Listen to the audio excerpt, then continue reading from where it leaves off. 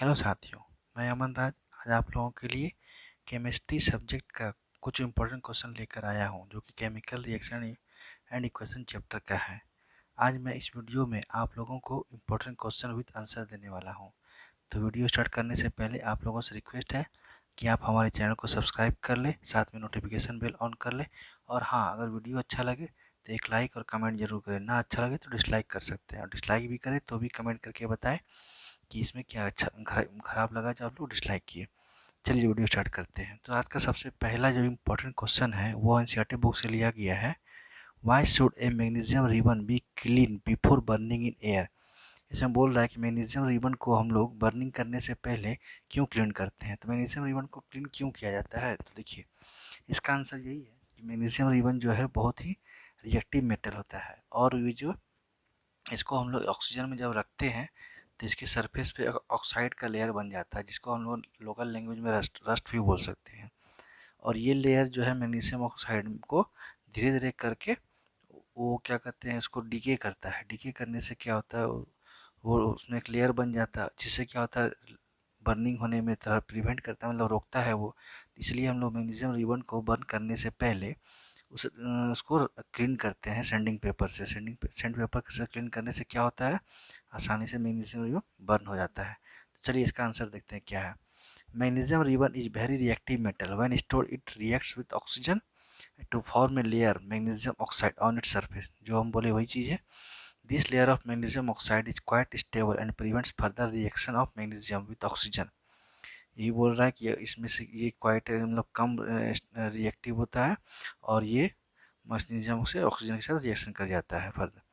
The magnesium ribbon is cleaned by sandpaper to remove this layer so that the underlying matter can be expose into air. ठीक है, अब next question देखते हैं। Why does one mean by exothermic endothermic reaction, give example. अब बोलिए exothermic reaction क्या होता है और एंडोथर्मिक रिएक्शन क्या होता है। एक्सोथर्मिक रिएक्शन देखते हैं। Chemical reaction that can release energy in the form of heat, light और sound are called exothermic reaction. मतलब वैसा रिएक्शन जो कि रिएक्शन होने के बाद हीट, लाइट और साउंड के फॉर्म में निकलता है, मतलब उसका जो आउटपुट होता है, मतलब रिजल्ट जो आता है रिएक्शन होने के बाद, उसको हम लोग कहते हैं एक्सोथर्मिक रिएक्शन। ठीक है, अब इसमें से एग्जांपल क्या क्या हो सकता है। तो इसका एग्जांपल है mixture of sodium and chlorine to yield table salt. In other words मतलब ये इसका एग्जांपल हुआ कि सोडियम और क्लोरीन को जब हम लोग मिक्स करते हैं तो टेबल सॉल्ट में होता है। ठीक है, और उसका दूसरे वर्ड में हम लोग कह सकते हैं combination reaction are exothermic reaction. मतलब ये हुआ कि दो रिएक्शन मिलकर इसका आउटपुट जो होगा एक निकलेगा। ठीक है, अब वो क्या कहते हैं एंडोथर्मिक रिएक्शन क्या बोलते हैं। Reaction that absorb energy or require energy in order to proceed are called endothermic reaction. मतलब वैसा रिएक्शन जिसको करने के लिए कोई एनर्जी का, एडिशनल एनर्जी का उसमें रिक्वायरमेंट होता है। ठीक है, तो उसको कहते हैं एंडोथर्मिक रिएक्शन। अब इसमें एग्जांपल देख लेते हैं। In the presence of photosynthesis, मतलब कि फोटोसिंथेसिस जो प्रोसेस होता है, plant use the energy from the sun. मतलब सन के प्रेजेंस में ही ना फोटोसिंथेसिस का रिएक्शन होता है। क्यों, to convert carbon dioxide and water to glucose and oxygen. Carbon डाइट को में कन्वर्ट होने के लिए, और वाटर साथ में ग्लूकोज एंड ऑक्सीजन भी। ठीक है, तो उसे प्लांट क्या है, फोटोसिंथेसिस एक तरह का वो है, फूड बनाने का प्रोसेस है, उसी को बोलते हैं फोटोसिंथेसिस। तो बच्चों आप लोग हमारे चैनल को सब्सक्राइब कर ले और साथ में वीडियो को लाइक भी करें। चलिए अब तीसरा क्वेश्चन देखते हैं। Why is respiration considered an exothermic reaction, explain.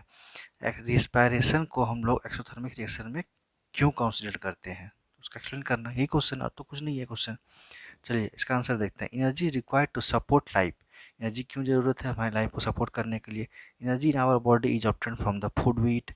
Energy कहाँ से हम लोग पाते हैं अपने शरीर में, हम लोग जो खाते हैं उसी से एनर्जी मिलता है। चलिए ड्यूरिंग डाइजेशन, डाइजेशन के समय large molecules of food are broken down into simpler substances such as glucose.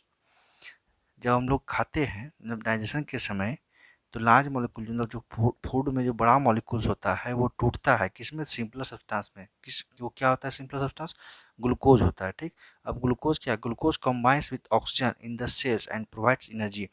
Glucose जो है ऑक्सीजन के साथ कंबाइन करता है सेल में और वो एनर्जी प्रोवाइड करता है। ठीक है, और हम लोग ये भी जानते हैं ग्लूकोज एनर्जी प्रोवाइड चीज है जी, एक तरह का ये क्या कहते हैं फूड में पाया जाता है, स्टार्च के फॉर्म में होता है ग्लूकोज, या फिर हम लोग शुगर जो बोलते हैं वो भी ग्लूकोज के सेम, उसका केमिकल रिएक्शन होता है दोनों का, बट ग्लूकोज अलग चीज़ है और शुगर अलग चीज़ है, ठीक है।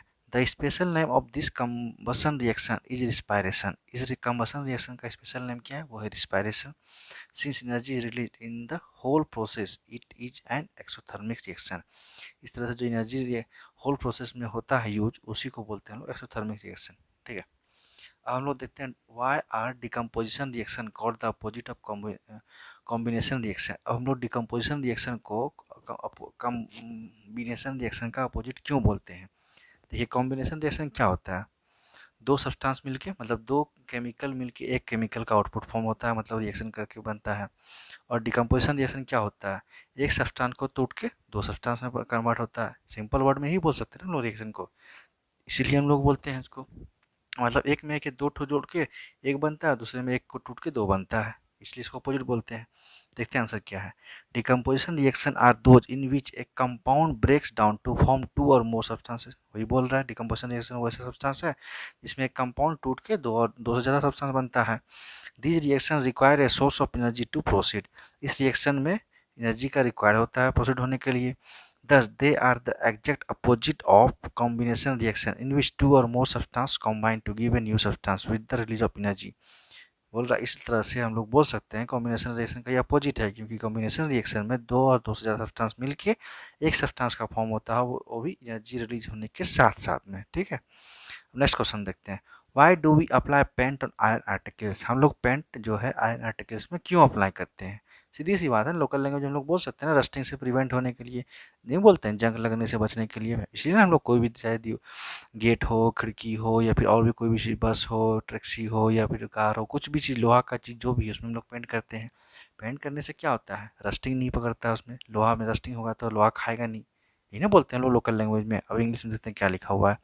देखिए हमारा जो आंसर, सटीक आंसर जिसको हम लोग एग्जाम में लिखना है, वो आंसर है iron articles are painted because it prevents them from rusting. वही बोल रहा है, आयरन आर्टिकल्स को हम लोग पेंट करते हैं क्यों, क्योंकि ये रस्टिंग को प्रिवेंट होने से बचाता है। When painted the contact of iron articles from moisture and air is cut off. Paint होने से क्या होता है, आयरन आर्टिकल्स में जो मॉइस्चर और एयर से होता है कॉन्टैक्ट, वो कट हो जाता है। क्यों, रस्टिंग क्या होता है, रस्टिंग कब होगा, जब मॉइस्चर और एयर उसमें मिलेगा तब ना रस्टिंग होगा आयरन पार्टिकल्स में। और अगर हम पेंट लगा देंगे तो मॉइस्चर और एयर उसमें टच ही नहीं होगा, मिलेगा ही नहीं, कांटेक्ट ही नहीं होगा, तो फिर कहाँ से रस्ट होगा, रस्ट नहीं ना फॉर्मेशन होगा। रस्टिंग क्या, एक तरह का ऑक्साइड का फॉर्मेशन होना है ना। चलिए आगे देखते हैं। Hence rusting is prevent their presence is essential for rusting to take place. इस तरह से हम लोग बोल सकते हैं रस्टिंग इसमें प्रिवेंट होता है, ठीक है ना। आगे देखिए नेक्स्ट क्वेश्चन क्या है। Oil and fat containing food items are flushed with nitrogen why. इसमें बोल रहा है ना, ऑयल और जो फैटी फूड होता है जैसे कि चिप्स कुरकुरे ये सब जो होता है, उसमें हम लोग नाइट्रोजन गैस क्यों फिल करते हैं, उसका आइटम जो पैकेट होता है, क्यों नहीं बोलते हैं हम लोग कि जी इतना बड़ा चिप्स का पैकेट है फिर भी निकलता बहुत कम है, क्यों उसमें गैस भरा रहता है। अरे वो गैस नहीं, वो नाइट्रोजन है, क्यों होता है उसका देखते हैं हम लोग। Nitrogen is an inert gas. Nitrogen क्या है, इनर्ट गैस है, and does not easily react with this substances. और ये आसानी से रिएक्ट नहीं कर सकता इस सब्सटेंस से। ऑन द अदर हैंड, इस तरह से देखते हैं दूसरी तरह से, oxygen reacts with food substances and make them rancid. Oxygen जो है फूड सब्सटेंस से रिएक्ट करके क्या बनता है, रेंसिड। रेंसिड मतलब खट्टापन हो जाता है, ठीक है। 10 bags use in packing food items are flushed with nitrogen gas to remove oxygen. इस तरह से हम लोग जो है फूड आइटम जो पैकिंग करते हैं उसमें हम लोग नाइट्रोजन डाल देते हैं तो और ऑक्सीजन को रिमूव कर देते हैं पैकिंग से अंदर से, ठीक है। When oxygen is not present, जब ऑक्सीजन नहीं रहेगा इनसाइड द पैकेट के अंदर, तो rancidity of oil and fat containing food item is avoided. इस तरह से रेंसिडिटी मतलब जो है खट्टापन मतलब खराब नहीं होगा वो फूड, उससे बच जाएंगे हम लोग, इसीलिए हम नाइट्रोजन का यूज करते हैं। चलिए नेक्स्ट क्वेश्चन देखते हैं, जो कि ये बहुत इंपॉर्टेंट क्वेश्चन है आप लोगों के लिए। इस चैप्टर में अगर ज़्यादा को कुछ चांसेस है, 110% चांस है ये क्वेश्चन आप लोग का आने का। Explain the following terms with one example each. क्या है वो क्वेश्चन, कोरोजन किसे बोलते हैं और रेंसिडिटी। कोरोजन क्या होता है, रस्टिंग। किसी भी मेटल का ईटन आप कोई ना कोरोजन बोलते हैं, कोई में किसी में नहीं बोलते हैं लोग जंग खा रहा है। जंग खा रहा है मतलब क्या, ईटन अप हो रहा है ना वो। देखिए कोरोजन को देखते हैं। Corrosion is defined as a process where materials usually metals deteriorate as a result of a chemical reaction with air, moisture, chemical etc. उसी को हम लोग बोलते हैं कोरोजन, ठीक है ना। For example iron in the presence of moisture. Iron जो है मॉइस्चर के प्रेजेंस में रिएक्ट विद ऑक्सीजन, ऑक्सीजन के साथ रिएक्ट करता है मतलब एयर के साथ, to form a hydrated iron oxide. Oxide का फॉर्मेशन होता है। This hydrogen ion oxide is rust, इसी को बोलते हैं हम लोग रस्ट। रस्ट मतलब वही जो जंक। अब देखिए रेंसिडिटी, रेंसिडिटी अभी तो हम लोग जस्ट देखें रेंसिडिटी क्या होता है, पैकेट को जो बचाते हैं हम लोग उसे, वही चीज़ है रेंसिडिटी। फूड मटेरियल को बचाने का को है बोलते हैं रेंसिडिटी। उसमें ऑक्सीजन से वो खराब हो जाता है, रेंसिड हो जाता है, तो इसलिए हम लोग नाइट्रोजन यूज करते हैं। आप लोग तो सब कुछ पता ही है, आप लोग तो बुक पढ़े ही होंगे, फिर भी इंपॉर्टेंट क्वेश्चन आप लोग को हम बता रहे हैं। चलिए rancidity, the process of oxidation of fats and oil that can be easily noticed by the change in taste and smell is known as rancidity. Rancidity मतलब वो होता है ऑक्सीडेशन, फैट्स एंड ऑयल के साथ जब ऑक्सीडेशन ऑक्सीजन से react करेगा तो वो फूड मटेरियल में रेंसिड हो जाएगा, उसका जो टेस्ट और स्मेल जो है वो चेंज हो जाएगा, मतलब वो खराब स्मेल आएगा और खराब चीज़ मतलब फूड सब्सटेंस ही खराब हो जाएगा, इसी को बोलते हैं रेंसिडिटी।